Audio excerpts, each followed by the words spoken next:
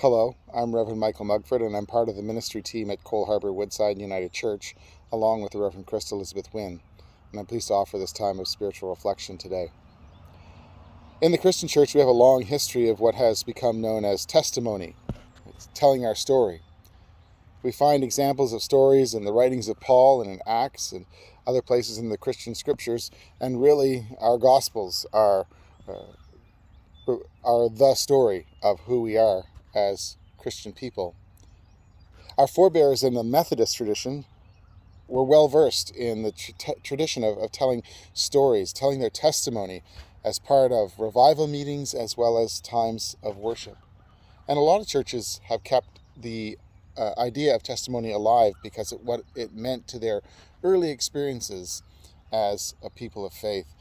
And I think it couldn't hurt for us to revisit the idea of testimony in our churches and in our lives. Sometimes we're timid about sharing our faith and faith stories. But my experience has been that people want to know how our faith has made a difference in our lives.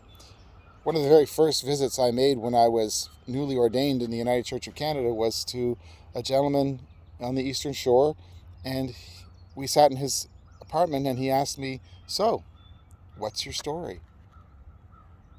"What's my story?" "Yes, what's your story? How did you come to be here now, today?" And I had to think about that for a little bit, but not very long, because I know my story.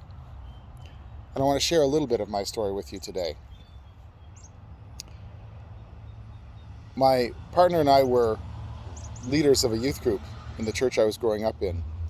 And the minister had called to be away for a Sunday, and the youth group was asked to lead the service, as youth groups sometimes are. And so as we sat down to plan this church service with the young people, several of them agreed that they would talk about their whatever to the congregation, their interpretation of Scripture, their experience, or whatever. And so as time went on, they came to us and said, "We don't think we can do this. Maybe you should tell the story. Maybe you should preach." And I said to them, "This is an opportunity for you as young people to talk to your elders, and they have to listen to you. They can't get up and leave. They're in worship with you." And so we worked on it, and they did. They did an amazing job of talking to their elders about their faith and what the church meant to them. And as they were speaking, I was standing at the back of the church. There's a great metal pole hanging, holding up the balcony.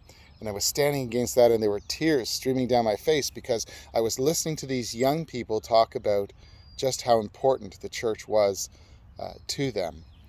And it was right then and there that I decided I needed to explore the call to ministry. And here I am, more than 20 years later, still living that call, partly because those young people shared their story. And that's my story. I think that it's important for each one of us to find a way to share our story. Sometimes maybe it's in congregational settings. Maybe as clergy we need to give up the pulpit once in a while and let people stand and tell their stories. In this time of COVID, when we can't get together, that doesn't mean we can't talk to one another. And I think one of the best ways for us to bolster one another in our faith is to take some time, pick up a phone, go on the internet, go on Zoom, whatever, and talk to one another about how your faith is doing. Where are you finding strength in these times? Where are you finding doubt in these times? What do you need from your community of faith to help you through these times? What is your story? And share that with one another. Share that with me, and I'll share mine with you.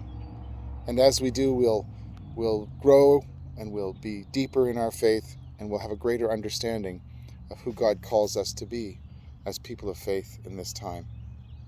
Just some thoughts for today. Peace.